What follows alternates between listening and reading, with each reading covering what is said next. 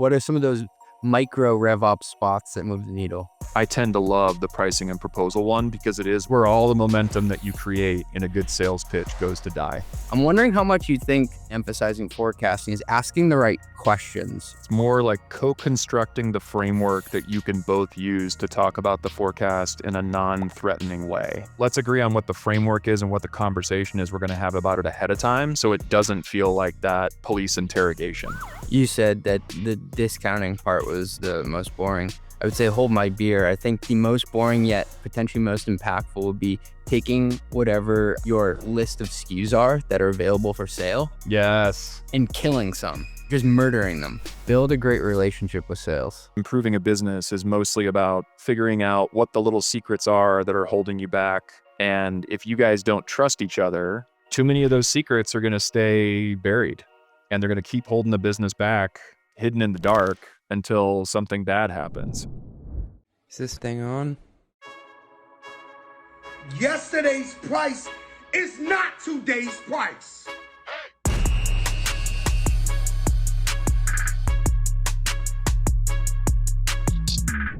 Welcome back to Run the Numbers. My name is CJ, and today I invited my friend Paul Stansik onto the podcast. So for those of you who haven't heard of Paul before, he's a frequent guest. He's an operating partner at private equity firm ParkerGale. And what that means is he helps their portfolio companies be better at go-to-market. So he works with RevOps leaders, CROs, CMOs, and he actually talks to a lot of CFOs like me from the portcos.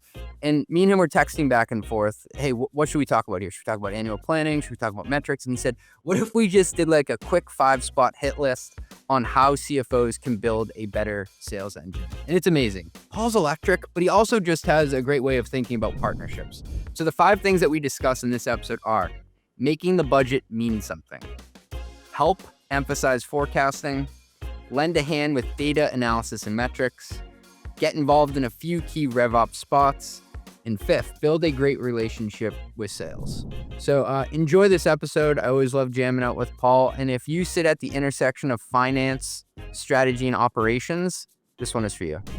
The prodigal Paul returns. Welcome back to the show, Paul Stansik. Thanks, man. It's always good to be anywhere, but being here is especially good. We're on the verge of the SNL smoking jackets. I sent you a backpack in the mail. I don't know if it's come yet. Maybe I wrote down the wrong address. Oh man, I probably got to go sort through the pile of boxes in my back entryway to my house because I'm sure it's there. Thank you in advance. I was excited to have you on because me and you were always texting back and forth about stuff that's at the intersection of finance and go-to-market. People have probably heard of you before if they listen to the show, but if you could just give a quick 30 seconds on what you do at ParkerGale, because I think it kind of sets the context for what we'll talk about here. We buy B2B software companies from founders. It's all we invest in. We've been doing it for 10 years now. I've been here for closer to 8 years. We've got a 3-person operations team. I help to lead that. And I do everything related to go-to-market, strategy, and customer stuff. So depending on when you catch me, the answer changes on what I'm working on. But if you think about sales, marketing, customer success, ICP, targeting, anything that touches an existing customer or a future customer, that's kind of my world. And it's the weirdest job I've ever loved. You're of Hello Operator fame on Substack for all those who want to check it out. If you want the long form, Paul, you can get it here. But today's going to be more of a quick hitter. We're going to do a list. The topic is how CFOs can help build a better sales engine.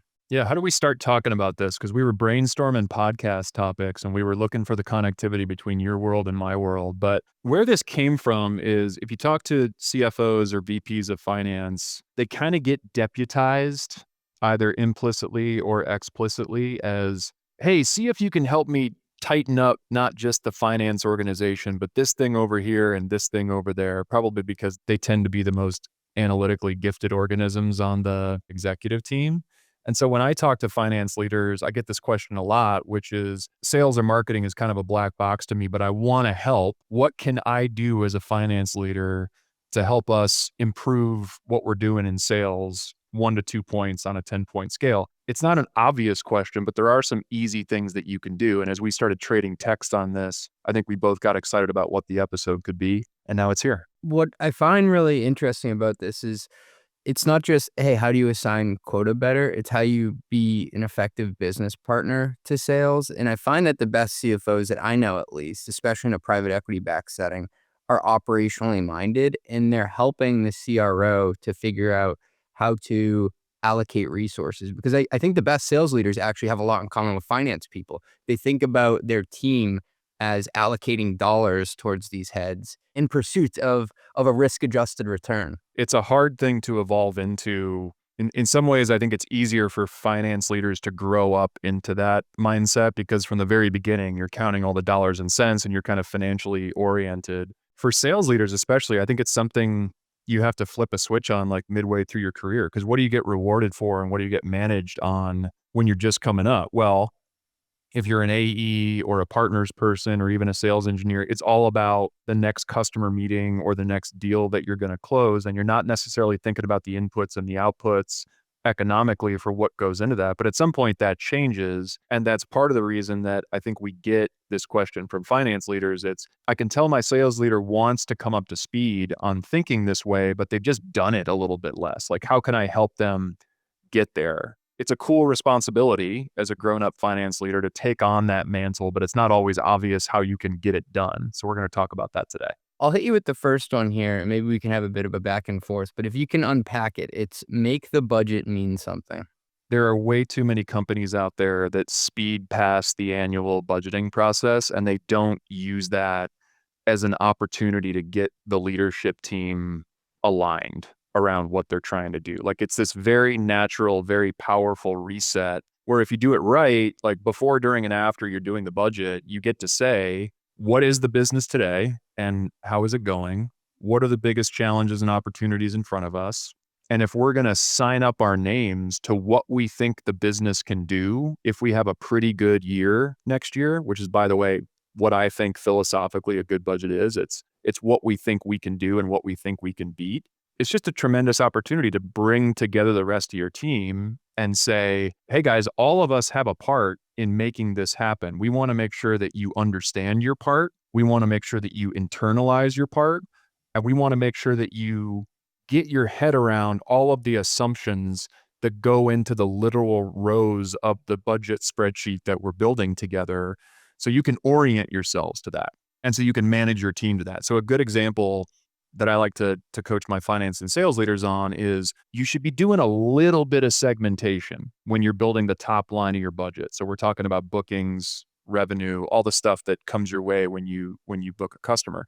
If you mash all that together in one bookings or revenue line, it makes it really difficult to tell which part of the organization is doing well and which isn't. And sometimes you can accomplish this with just one cut. So it's a really important decision to make, like, okay, how are we going to split our products? How are we going to split our regions out? Is there a different way that we should cleave the business in two? Because if you reflect that in the budget and you build a plan for each of those parts of the business, 3 or 6 months later, it's going to be really easy to tell where your problem is and what you need to fix and what you need to adjust to hit that number later on. But too many companies out there, especially smaller companies, less than 50 million of ARR, they treat the top line of the budget as a monolith. It's like, hey, it's all kind of part of one bucket. And then when it's not going well, you have to do a bunch of extra work to unpack it, to double click.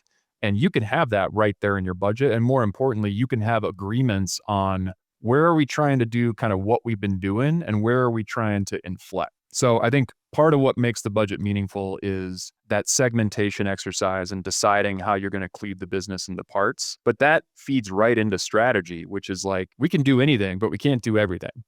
So what part of the business are we going to try to improve this year? And how do we make sure that's reflected in the plan that we're building together? And I think sometimes finance leaders and also with their sales counterparts get a little bit afraid of going down to the next level because in the back of their head, they're like, we don't actually know with certainty what that was going to be. So I remember a scenario where we had a great US business. Let's say we were a $30 million business at the time. Europe was growing, so we had some data points. We were going to go into Asia. Like, we had a person in Israel selling into Asia. That's how much we knew about it. But it's a kind of daunting to open the workbook and say, we're going to put some assumptions around this, especially if someone's livelihood is going to be in some way linked to it. But I think having a great partnership there is saying, we're doing this less to get it right. We're doing it more so we have something to toggle. to know whether the X times Y was right or wrong? A lot of this should come down to a conversation when the budget is almost ready to present to your investors or whoever. Okay, guys, we just laid out a bunch of stuff. We just built a really complicated spreadsheet. Are we comfortable with the bet that we're making this year? Because this is about thinking in bets. It's about saying, how are we going to make the business better? What is the most effective and efficient way to do that? There's an element of uncertainty and risk in any long-term planning exercise, right? But like, here's the bet we're making. Here's the operational things together that we're going to do to make that bet happen, or to dramatically increase the probability that we're going to make it happen. And here's the resources we need, either in terms of money or attention or both, to go make it happen. I just think the further into the spreadsheet that you get, the easier it is to view this as an abstract exercise, when in reality, it's an agreement on what we think we can do, and it's a bet on the part of the business that you're trying to make better over the next 12 months. Hey, thanks for listening. We'll be right back after a word from our sponsors. I've seen a lot of FP&A tools, and Aleph is one of the few that gave me that aha moment within minutes. I remember watching their founder, shout out to Albert, connect my NetSuite data and build me a full P&L live in minutes. Aleph is now trusted by hundreds of leading companies. I've had the CFOs from Turo, 8 Sleep, Zapier, and more on the pod, and every one of them is a huge advocate. I also just published my second annual CFO Tech Stack report, and Aleph has been on the podium both years, including a #1 finish in the $50 to $100 million segment this year. Instead of being just another planning tool, they built a real enterprise-grade data foundation for finance, implemented at startup speed with AI-native workflows woven into its DNA. All your systems, ERP, CRM, HRIS, ATS, product usage, and more, powering one clean, governed data layer that finance can actually trust. And with AI moving as fast as it is, they're pushing even further. MCP, custom AI chatbots, AI-powered variance analysis, and the list keeps growing. Try it with your own data at getaleph.com/run. That is GETALEPH.com/run. Tell them CJ sent you. So here's a pattern I keep running into when I talk to finance leaders at fast-growing companies. You've outgrown the spreadsheets. You've probably outgrown your billing tools built in RevRec, but you're not quite at the point where you can throw a 20-person team at the problem either. That's exactly the danger zone RightRev owns. RightRev is revenue recognition done right. It handles the messy stuff like high-volume subscriptions, usage-based contracts, and mid-contract upgrades. The things that break your ERP and the billing platform bolt-ons. Here's the thing though, your sales team isn't slowing down for you. They're closing ramp deals, usage commitments, and mid-quarter upgrades. And the longer you wait to fix the engine, the further behind you fall. So stop scrambling at month end and stitching together allocations across 3, 4, 5 spreadsheets to just have the numbers ready. Well, that's it. That's the whole pitch. CFOs tell me it's like a glow up for the revenue books. That sounds like where you are right now. RightRev is worth the look. Head to rightrev.com/CJ. That's rightrev.com/CJ. Check them out. I got news for you. The ERP category is finally getting disrupted. And if you haven't heard of Rillet yet, please pay attention. It's the AI native ERP built specifically to replace NetSuite, and it's already won over hundreds of finance teams. Their mission is to make the zero-day close a reality, and they're actually doing it. We're talking teams closing the books at 1:35 p.m. on the first day of the month. Companies like Windsurf, Mercor, and hundreds of others run their entire finance stack on Rillet. Revenue recognition, close management, multi-entity, native Stripe and Salesforce integrations, woo! Everything a scaling company needs. They've got 5.0 stars on G2. They're backed by A16Z and Sequoia, heard of them, and CPA-led implementations that get you live in 45 days. That is simply unheard of in the ERP space. If your books aren't running as fast as your business, check out Rillet. Book a demo at rillet.com/CJ. That is RILLET.com/CJ. That's me. Number 2 here, help emphasize forecasting. Think about your sales leader for a second. Think about their calendar. Think about what that looks like hour by hour, block by block. I occasionally stand in as fractional sales executive inside my portfolio, so I know what this feels like. It's chaotic. Like, you are getting pulled into scheduled calls with customers that you know are happening, but then you're getting interrupted with questions from reps and from finance and from sales engineering, trying to move the pipeline along. You're getting questions from your investors. Like, it is a chaotic, interruptive experience to lead a sales team. And then to be able to make the space to pull out and say, amidst all that chaos, what do we think we're actually going to do for this month or this quarter? Like, one, that's an intellectually jarring experience because just to move the pipeline along and get people to talk to you is a totally different muscle than trying to do like analytically forward-looking forecasting things, but you have to do it. And so I think part of your responsibility as a finance leader is to help make that happen. You and I both love our friend Dave Kellogg.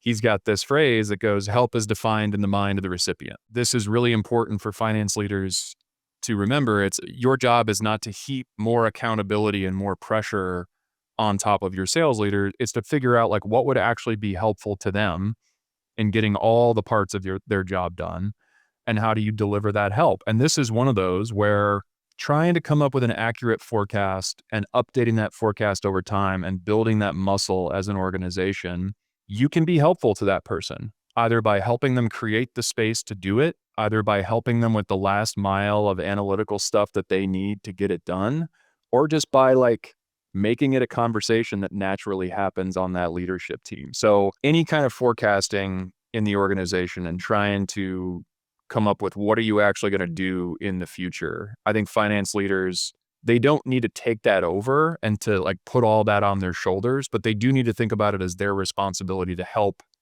make that happen. I don't know. I think you just got to look for the openings there. And a lot of sales leaders would say, what would be helpful to them? Well, one, like help me build the tool or the framework that helps me think about how to forecast accurately. Maybe that's just breaking down the pipeline by stage or by close date or whatever it is.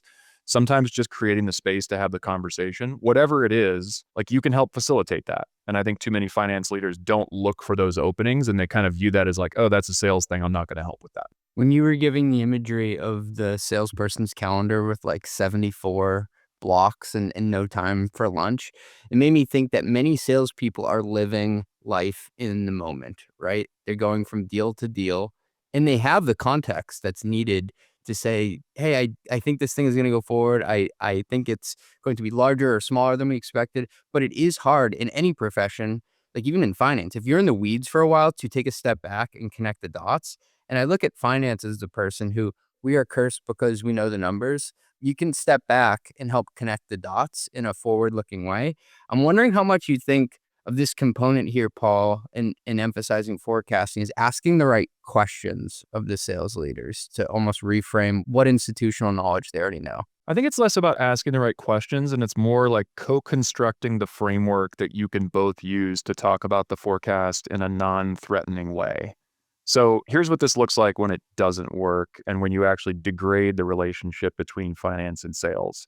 There's a meeting on the calendar with the CEO present where you ask for the forecast and then the forecast changes and you put them under the police interrogation light and you say, what the hell happened? Explain the movement in the pipeline deal by deal. Is that going to get you to a causal answer for what happened and what you might expect? Like maybe, but the connection that you have with that sales leader and the environment that you're creating in the room, it's not a psychologically safe environment, right? Sales leaders look at the forecast. The good ones recognize that it's something they have to do. They also recognize that it's somewhat interruptive, somewhat annoying because they want to close deals and go find customers. That's how they got into this line of work. But if you as the finance leader can sit down with them and whiteboard out and say, hey, let's talk about what it would look like to arrive at a pretty good forecast every week or every month. Like literally, what would the inputs be? Where does the data come from? How are we going to handle edge cases with very large deals or deals that you might be able to pull in bluebirds or run rate stuff or weird pricing changes or whatever it is? Just like literally diagramming that out and agreeing on what the framework is. One, it makes it a lot less scary. Two, you can create kind of a machine that can do some of this automatically for you, especially in the age of AI. And three, like you've just acknowledged that this is a necessary but kind of scary component of the job for this person. I think that sends the signal that you're a good teammate. It's like, hey, I want to help you. I recognize this is something that might not be your fastball, but let's agree on what the framework is and what the conversation is we're going to have about it ahead of time so it doesn't feel like that police interrogation. Hey, thanks for listening. We'll be right back after a word from our sponsors. Scaling a tech company is thrilling. It's also really, really messy. Just ask anyone who's done it, or anyone who's tried. Better yet, ask EY. They've seen startups at their best and in their most fragile moments. EY knows you don't start a company to burn cycles on regulatory hoops, discounted cash flows, or the fine print of SEC Form S1. Although you probably do know I love myself a good S1 if you've listened to or read my stuff long enough. You can't ignore these things. That's how risk compounds. Kind of like negative interest. What you can do is work with EY from day one. They'll help you get it right early and often, so you can stay in builder mode and keep the trains running on time. EY, shape the future with confidence. Learn more at ey.com/tech startups. That is ey.com/tech startups. One more thing about SpendHound. Teams using SpendHound reduce software spend by up to 30%. Here's how that actually happens. First, you get the data.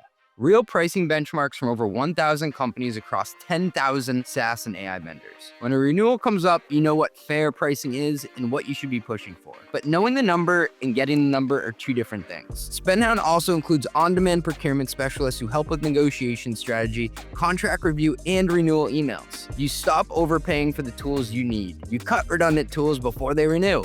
And you negotiate from a position of strength now that you have both the market data and expert support behind you. SpendHound is built by the team behind Yipit Data. It's rated #1 on G2 in SaaS spend management. And did we mention it's free forever for SMB? When we say free, we actually mean it. You can keep all the savings. Plus, it's only $10,000 per year for enterprise with $150,000 in savings guaranteed. There's a reason we're growing more than 100% year over year. Do you want to stop overspending on SaaS? And go to spendhound.com/CJ. Zero risk, guaranteed savings. That's spendhound.com/CJ. Most finance teams aren't underperforming. They're actually under-equipped. The problem isn't the people, it's what they're being asked to do. Because there are two kinds of finance work. The kind that moves the business forward and the kind that just keeps it from falling flat on its face. And too many finance teams are buried in the second kind, and they call it a good week when they just get through it. Expense reports that take longer than the trips they cover, spend policies living in PDFs that no one reads, a 3-day approval process for a $40 receipt. That's a lot of burritos, but not worth it. Month-end close that stretches into weeks. These aren't edge cases, they're the default state of finance at most growing companies. And the cost isn't just the time, it's what your best people aren't doing while they're buried in the wrong work. You become what you spend on, and right now, too many finance teams are spending on maintenance instead of momentum. And that is why I use Brex, agentic finance that captures receipts automatically, enforces policy before the spend happens, and closes your books in minutes rather than weeks. So your finance team stops spending on maintenance and starts spending on momentum. 35,000 companies like OpenAI, Coinbase, Anthropic, and DoorDash already run on Brex because high-density talent deserves some high-leverage systems. It's time to get Brex AF. Can't believe they let me say that.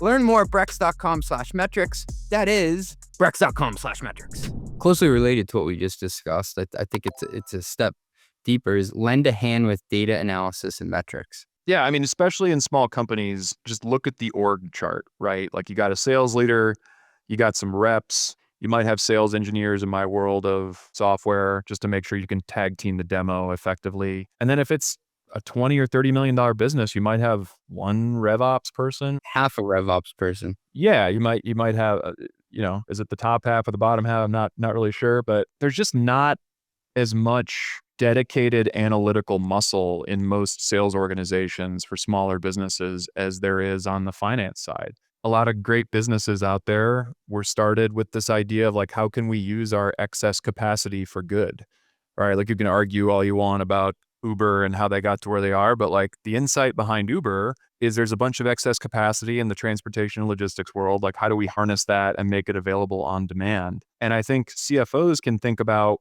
where the excess capacity is in their organization, even though everyone's really busy.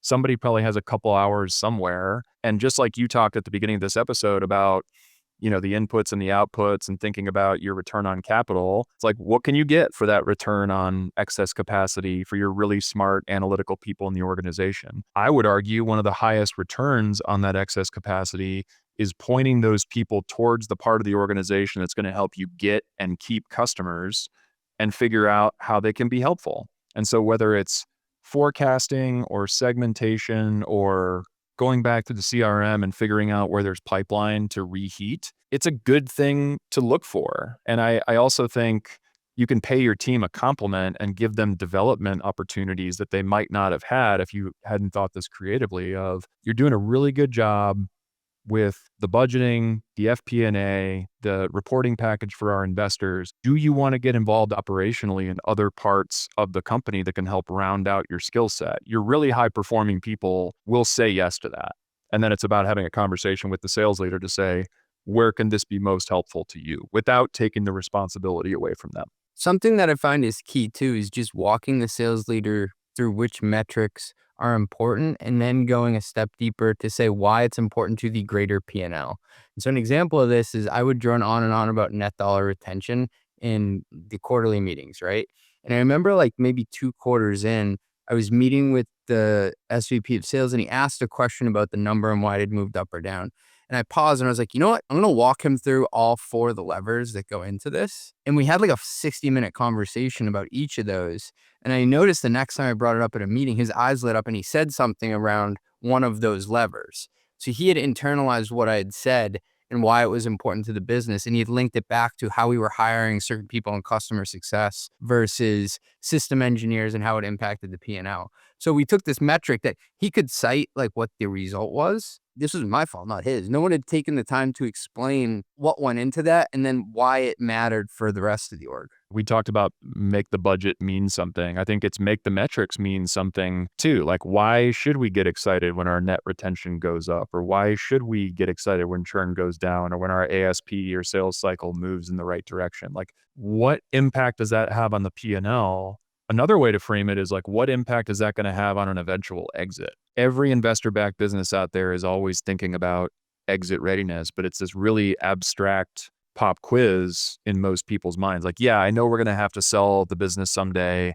I know the investor is going to ask us for a bunch of data. But when you can frame that in the right way of, here's what's going to matter for the exit, here's how we can prove that we've made the business better and that there's more juice to squeeze in a hold period after that, that can reframe things and be a huge motivator, especially for go-to-market teams that are really stuck in this, like, I got to make the quarter rhythm. And again, as a finance leader who has the gift and the curse of access to all the numbers and the P&L and all that, and is often the CEO's right hand, educating the rest of the leadership team, framing why it matters to the P&L and why it matters to an eventual sale for the business is a huge opportunity, not just because you can deputize the rest of the leadership team to help you in that. It can be really motivating to think, hey, in 2 years, we have to find a way to take NRR from 105 to 110. When you do that, what you discover is there's a lot of different ways that you can do it. And then the strategy becomes about picking a couple of those ways and putting your shoulder behind them.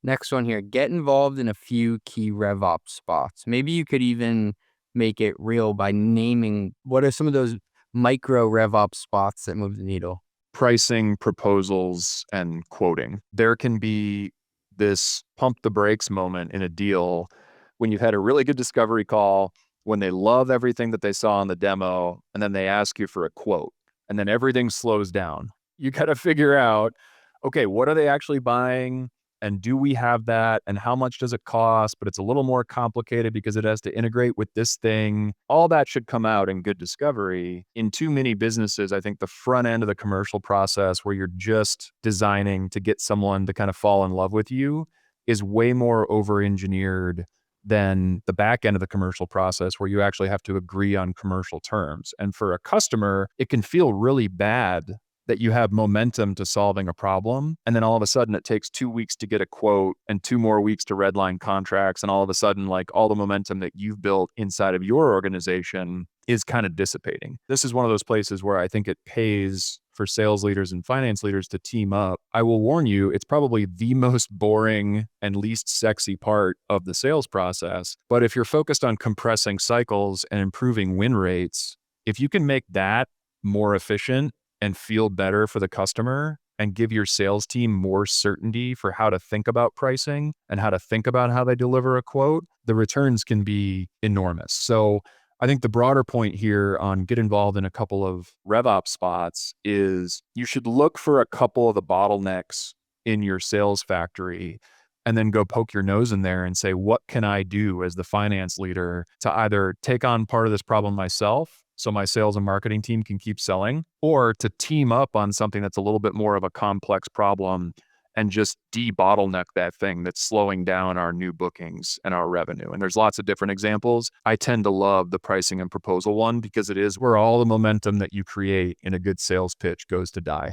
There is nothing worse than sprinting towards getting someone to verbally agree and then be like, can we get this guy a fucking quote? Like, can we send him something? And then the customer is like, you guys are not serious people. I 100% agree. And the cool thing that comes out of it, sales reps will not tell you how afraid they are to give customers straight talk about pricing. But when you do this work, when you actually like build a better pricing calculator or you get your CPQ shit in order for the first time, you can't do that without actually clarifying what you sell and what it costs and what that price depends on. And when you have that newfound clarity, you can give it to your sales team and give them a lot more confidence and allow them to sell on their front foot because they know what that algorithm looks like and they know what they can and can't say about pricing at each stage of the sales process. And that's like a very uncertain thing for too many sales teams out there. So the biggest benefit here is you get back to customers who still have momentum faster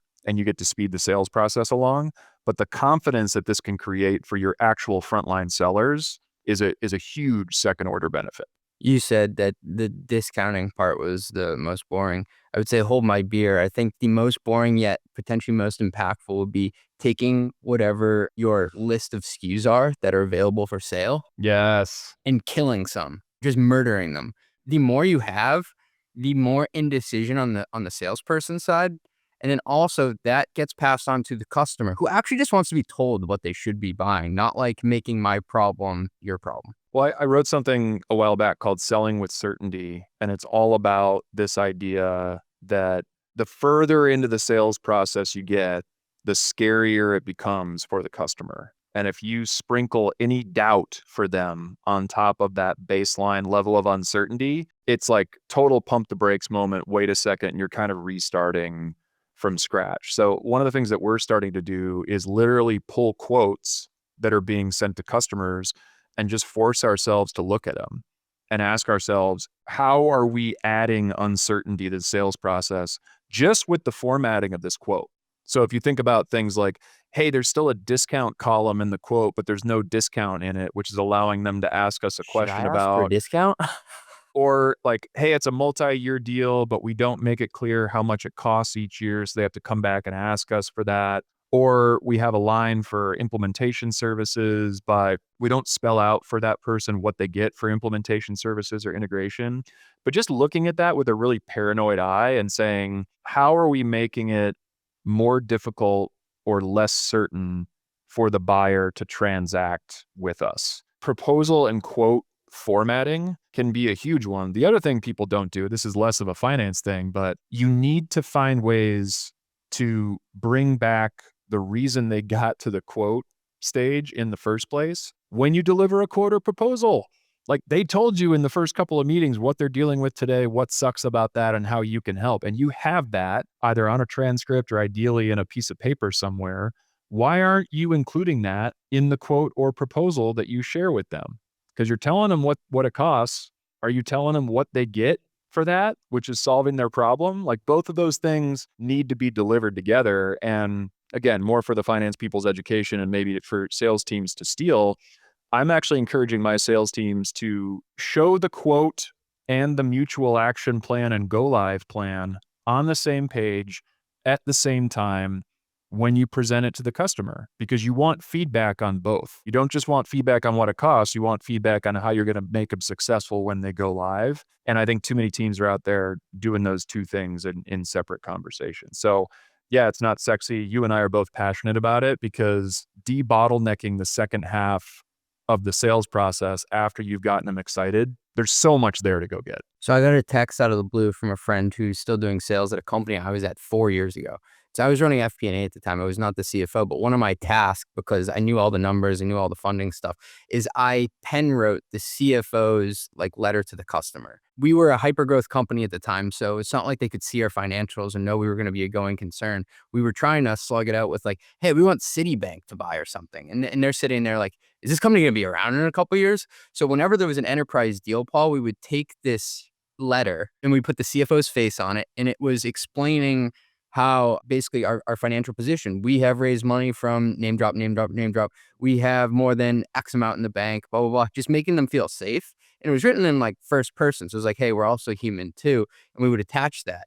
But they've been using the same CFO letter to attach these enterprise deals and just updating some of the numbers for years and years. So that's a little bit of extra juice that you can sprinkle on top. But anything you can do to help the salesperson get to a quote that is signable and start the quote to cash process helps.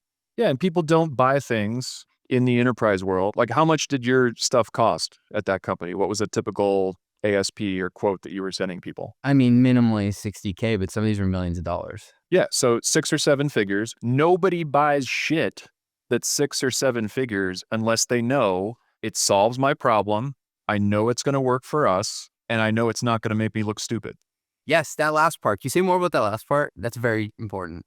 Well, it depends on the company, right? Like if you're buying something from a startup and you're a CFO at a Fortune 100 customer, even if it solves your problem, and even if you know it's going to work with what you need, you're going to look really stupid if that business goes out of business in a year. I think there's other examples that could be like, oh, it actually doesn't integrate with us, or it doesn't have multi-country support, or it doesn't like, what's the thing that your customer is going to think about? Is this actually going to make me look stupid? And how do you include a piece of evidence when you are proposing to them what a business arrangement would look like that automatically attacks that potential point of friction? So again, this idea of like selling with certainty, this is mostly your sales and marketing leaders' problem, but it's the whole company's problem if you guys are sending a bunch of proposals out and none of them are closing.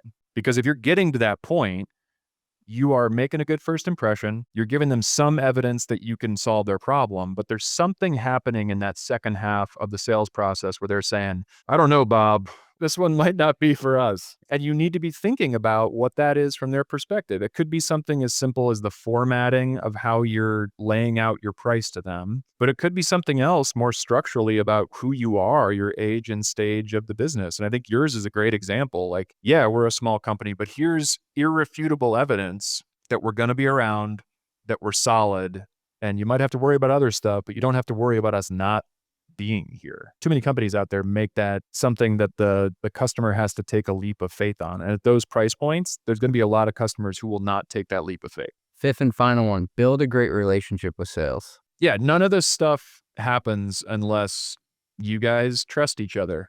If the sales leader thinks that you're only asking about the forecast because you want to get him fired and upgrade that role, like you're never going to have a real conversation about anything.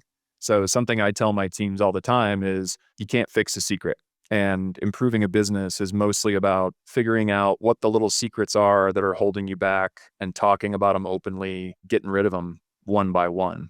And if you guys don't trust each other as finance and sales, too many of those secrets are going to stay buried and they're going to keep holding the business back, hidden in the dark until something bad happens. And so again, I think this goes back to help is defined in the mind of the recipient. And if you're a really experienced finance leader, you might have a bunch of ideas on what a good sales function looks like. And you might have a bunch of opinions and even feelings about why aren't we doing those things. You need to get curious about what that person is doing today, what they can't get to because their life is chaotic and busy, and how you can help.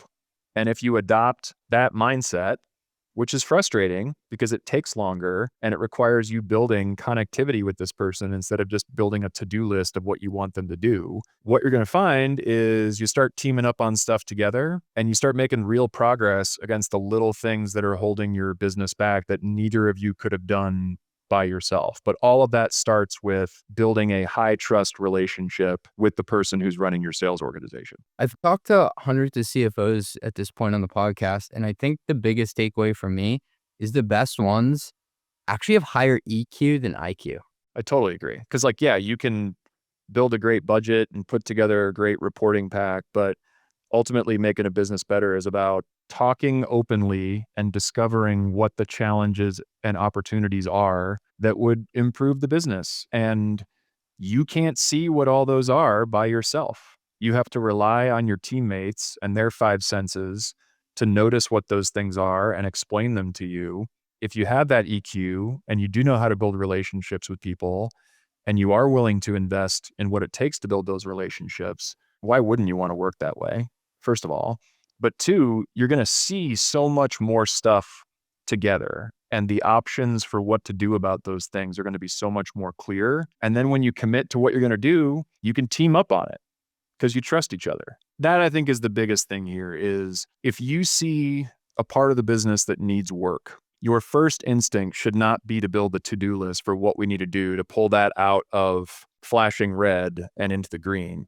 Your first instinct should be to ask yourself, who do I need to build a relationship with so I can really understand what's going on and so that I can team up on that problem with that person? I'll rehash them real quick for listeners. So the first one, make the budget mean something.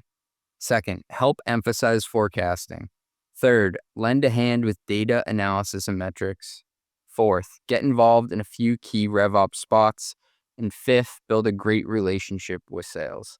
Anything you want to hit on in closing here, Paul?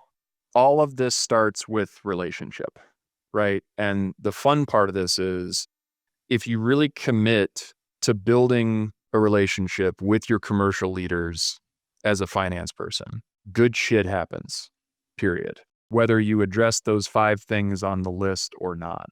Because when you build a relationship, you get trust.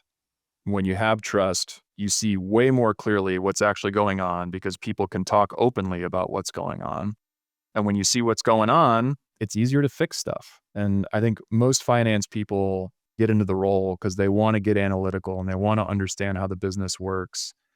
But ultimately, like the people who really aspire to do more than just staying in your finance lane, you like fixing stuff. And I think you become a senior executive when you understand that anything that really improves a business is too big of a job for one person. Ultimately, this all comes down to building relationships and ganging up on the big problems together. And it all starts with the relationship building thing. Couldn't have said it better. Paul, it's always a pleasure to have you on, my man. Thanks, man. I appreciate it. It's always fun. Run the Numbers is a mostly media production. Yelling and intro by Fat Joe. Artwork by Meg D'Alessandro. Show is executive produced by Ben Hillman. Nothing said on this podcast is intended to be business or investment advice. It's the sole opinion of me, a guy who feeds his dog way too much ice cream and has a history of net operating losses. LOL.